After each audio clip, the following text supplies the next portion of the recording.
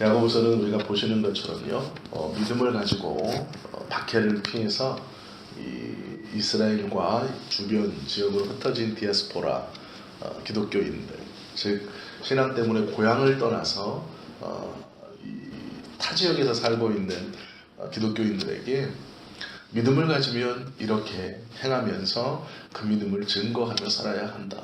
믿음만을 가지고 있다고 말로만 해서는 안 된다.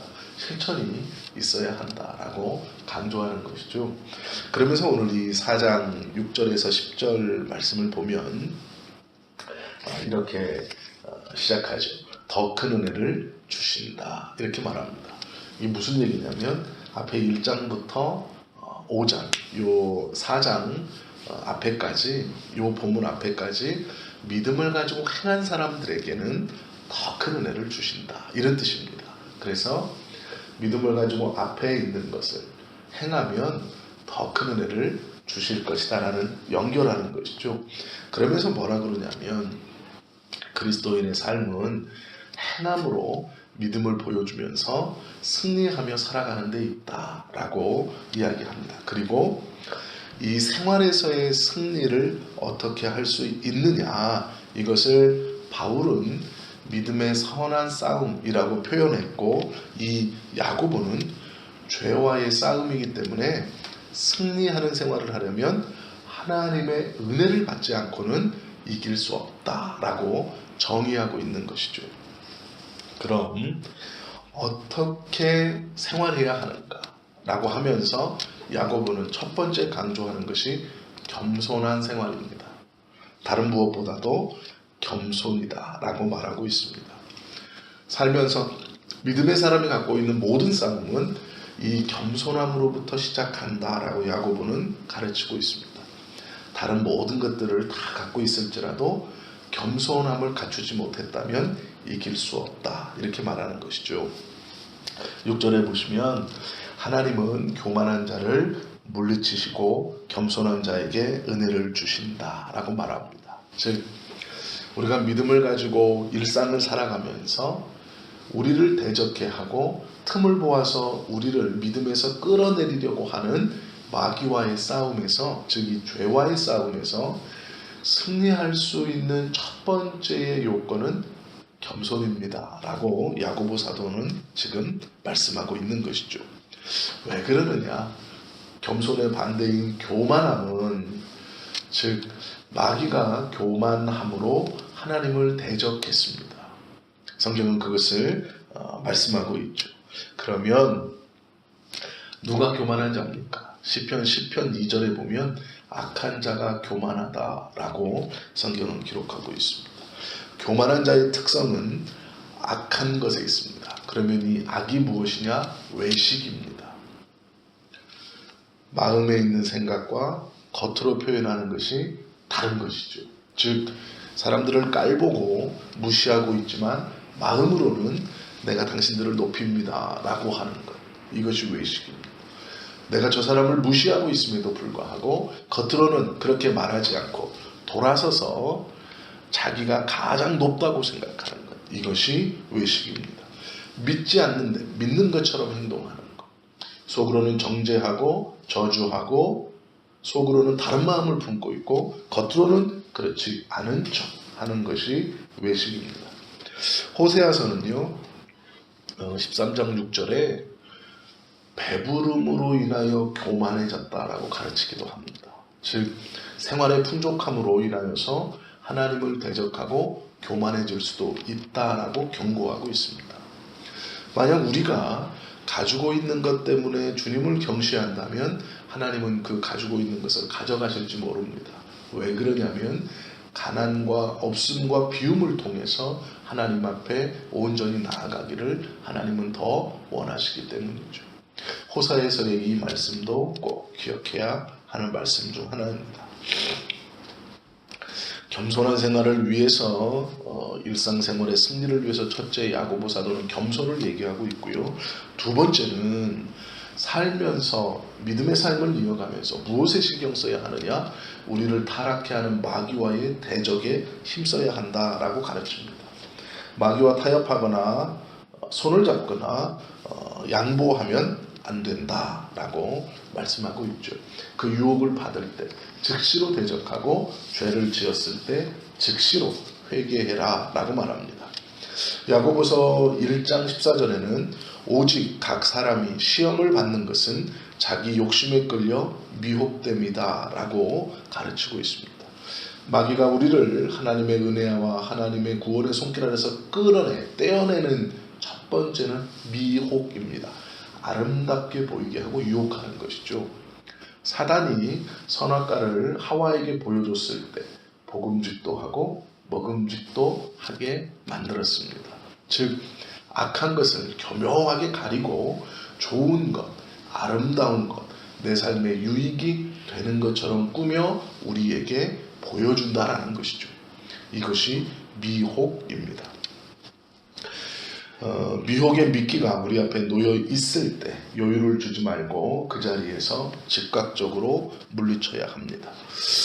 물리치는 것은 다른 것이 없습니다. 하나님의 말씀을 알고 있을 때만 가능합니다.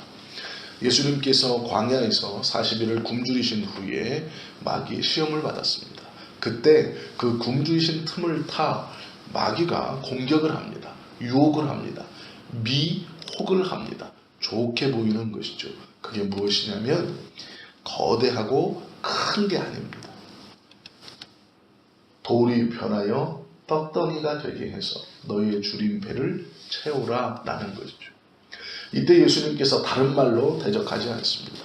하나님의 말씀으로 대적하시죠.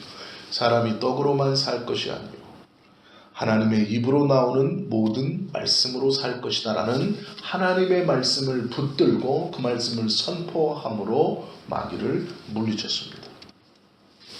야고보 사도는요 8절 이하에서 사람이 이렇게 죄를 물리치고 마귀의 미혹을 물리치며 살아가는 데에 몇 가지 교훈이 있다라고 말합니다. 그것을 시작하며 하나님을 가까이 하십시오. 그러면 하나님이 당신들을 가까이 할 겁니다. 이렇게 권면하고 있습니다. 그 다음은 하나님을 가까이 하라는 것은 회개하는 것입니다.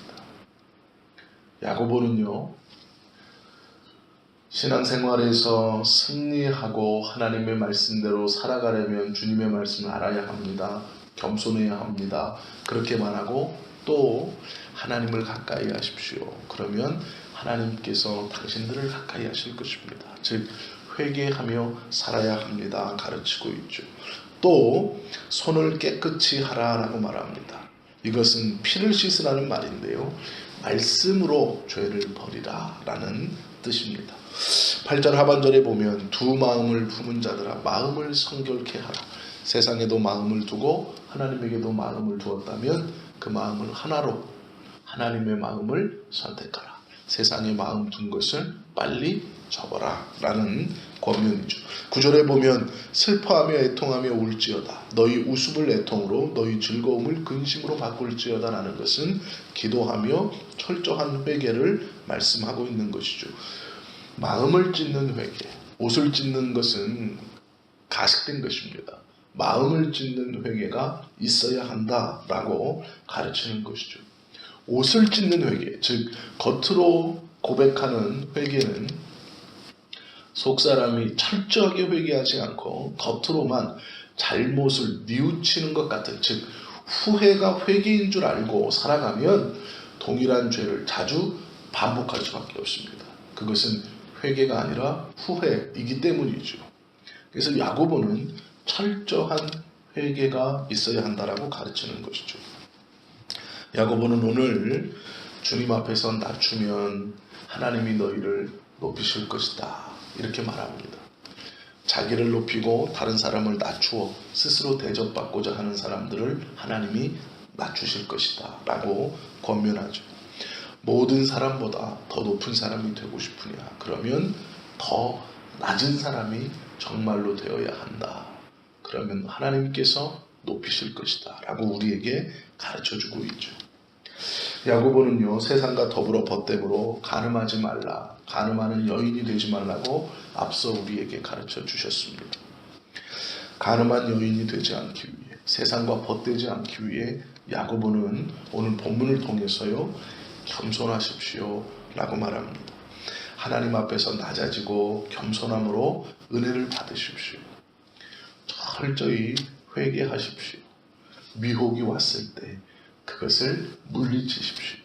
그러면 마귀가 믿음을 가지고 있는 여러분을 피할 것입니다. 라고 우리에게 말씀해 주고 있죠.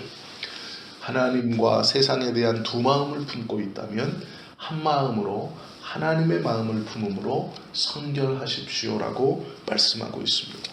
그러므로 열매 맺는 생활로 우리의 삶에서 믿음의 승리를 그것을 통해 이룰 수 있다라고 오늘 우리에게 말씀하고 권면하고 있는 것이죠. 하나님이 기뻐하시는 그리스도의 온전한 생활을 이룰 수 있는 길은 겸손입니다. 그리고 말씀을 알므로 미혹 당했을 때 물리치는 것이죠. 또한 철저한 회개로 마음을 성결케 하는 것입니다. 두 마음을 품지 않고 한 마음으로 하나님 앞에 서는 것이죠. 다른 일을 높이며 겸손함으로 주님 앞에 나아갈 때 하나님께서 우리를 높여 영광스럽게 해주실 겁니다. 그것이 우리의 신앙의 모습이 되어야 하고 오늘 우리 삶의 근간이 되어야 하죠. 겸손한 삶, 은혜를 구하는 삶, 회개하는 삶, 다른 일을 높이는 삶, 하나님 앞에 겸손히 은혜를 구하는 삶, 그리고 혹여 소홀할 수 있는 주님의 말씀을 읽고 묵상하면서 그 말씀 안에서 미혹을 물리치는 삶, 그것이 하나님께서 원하시는 성도의 삶입니다. 오늘 하루 그런 삶을 살아가시는 저와 여러분 되실 수 있기를 예수님의 이름으로 축원합니다. 기도하시겠습니다.